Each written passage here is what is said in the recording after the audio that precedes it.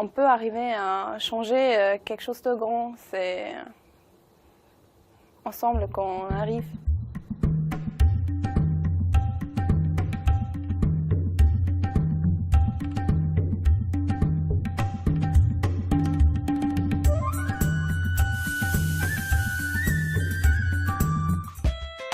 C'est sous le signe de la solidarité qu'une nouvelle fois l'UNICEF France a engagé ses actions de mobilisation pour les enfants. Cette année encore, des situations de crise de grande ampleur ont affecté des centaines de milliers d'enfants et leurs familles dans de nombreux pays.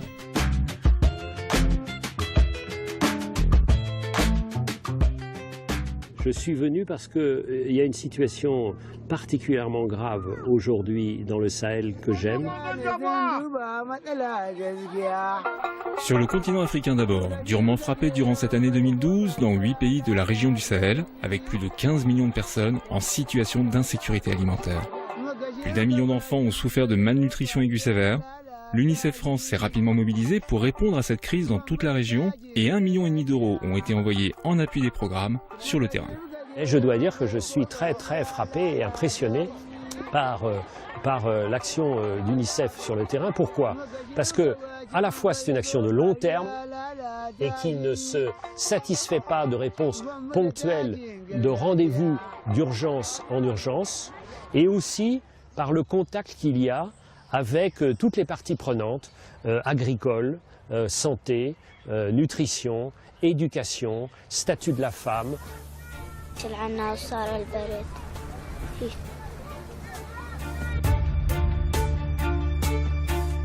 En Syrie, après 2 ans, près de 70 000 morts et 1 million de réfugiés fuyant le pays. Que dire de plus ? Beaucoup d'enfants que nous rencontrons ont perdu des proches. Ils ont vécu le conflit, les violences. Ils expriment un vrai besoin de sécurité et de normalité.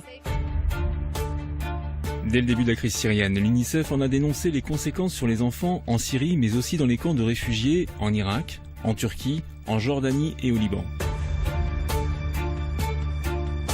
À l'approche des premiers grands froids, un véritable plan hivernal a été mis en place et de nombreux appels aux dons ont été lancés pour mobiliser les donateurs devant l'ampleur des besoins en constante augmentation.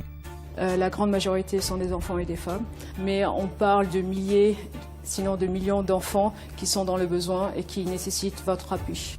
Il y a un vrai besoin d'aider ces gens qui ne peuvent pas revenir chez eux car les frontières sont minées. Ils ont eu du mal à passer justement à cause des mines et ils ont énormément de mal à revenir. C'est leur désir à tous.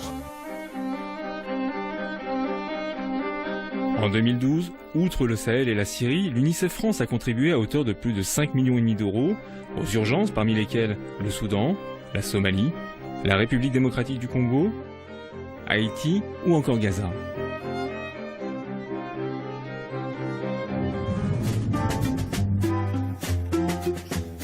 Kenya 2015, un projet hors norme initié par Canal+ pour soutenir des programmes de développement en Guinée. Une série documentaire, un soutien financier sur 4 ans et une mobilisation des abonnés. Au centre du projet, 4 organisations, dont l'UNICEF qui déploie un important programme d'accès à l'éducation dans une région isolée de la préfecture de Kenya. Les défis de l'éducation, en majorité, c'est dans les villages comme celui-ci, où il n'y a pas d'enfants qui ont terminé l'école depuis des années. Et il n'y a presque pas de filles qui sont à l'école. Donc, si on doit changer ça, c'est ici. Le projet de l'UNICEF, construire des écoles dignes de ce nom. Dans la préfecture de Télimélé, il y a urgence. Aujourd'hui, seulement 7% des filles achèvent l'école primaire. Ce sont les pires chiffres du pays, 4 fois moins que la moyenne nationale. Dernière assemblée générale en tant que président, bénévole depuis 35 ans et président de l'UNICEF depuis 13 ans, Jacques Inzi passe aujourd'hui le relais. En juin 2012, Michel Barzac, médecin et ancien ministre de la Santé et de la Famille, a été élu pour lui succéder. Son engagement à l'UNICEF va permettre à la nouvelle présidente de poursuivre ses combats pour les enfants, mais aussi pour les femmes. Je veux vous dire qu'il reste encore, malheureusement, 19 000 enfants qui meurent chaque jour dans le monde, et de causes de maladies ou de causes parfaitement évitables, ce qui évidemment est inacceptable et qui force la nécessité des progrès que nous avons à maintenir. Nous avons aujourd'hui commencé une campagne pour faire diminuer la mortalité des enfants de moins de 5 ans dans le monde. Quand un enfant meurt, on dit qu'il va au paradis. Quand 7 millions meurent, pour nous, c'est l'enfer. Cette année, 7 millions d'enfants sont morts, principalement de causes évitables. À l'occasion de la Journée internationale des droits de l'enfant, le 20 novembre 2012, partout en France, l'UNICEF a mobilisé le public autour de ce défi qu'est la survie de l'enfant. On y croit. Merci d'être là nombreux pour cette opération Poussette vide. On se dit mince, si on participe tous un tout petit peu, si on a cet élan collectif, on y arrive et ça recule, ça marche. Ne nous habituons pas à entendre que les enfants souffrent. Il faut vraiment les aider. Vive l'UNICEF!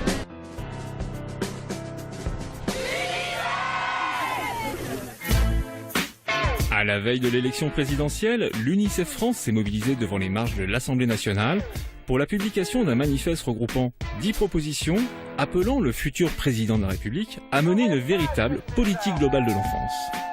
L'UNICEF joue un rôle très important. Chaque fois qu'il a fallu montrer du doigt ce qui n'allait pas, et notamment en matière de pauvreté des enfants, que ce soit en France ou dans le monde, l'UNICEF l'a fait. Et je pense particulièrement à ce rapport de 2012, qui a été vraiment un électrochoc dans la société française. Un enfant sur 5 est pauvre en France. 2 millions d'enfants pauvres en France, un chiffre mis en lumière par le rapport Innocenti publié en mai par l'UNICEF. Un rapport qui a largement contribué à l'organisation en décembre par le gouvernement d'une conférence nationale contre la pauvreté. Moi je pense que les villes qui aident les villes c'est super, c'est intelligent quoi et ça plaît bien. 222 villes associées pour promouvoir et mettre en œuvre les droits de l'enfant dans les politiques publiques locales. 2012 a fêté le 10e anniversaire des Villes Amies des Enfants, une initiative mise en place par l'UNICEF France en partenariat avec l'Association des maires de France. Une communauté qui s'est créée autour de valeurs, autour d'objectifs et autour d'un engagement commun pour les enfants. Ce que la société fait vivre aux enfants, les enfants le lui rendent un jour. Une société qui a été bien traitante fabriquera des citoyens qui ont envie de s'intégrer à cette société.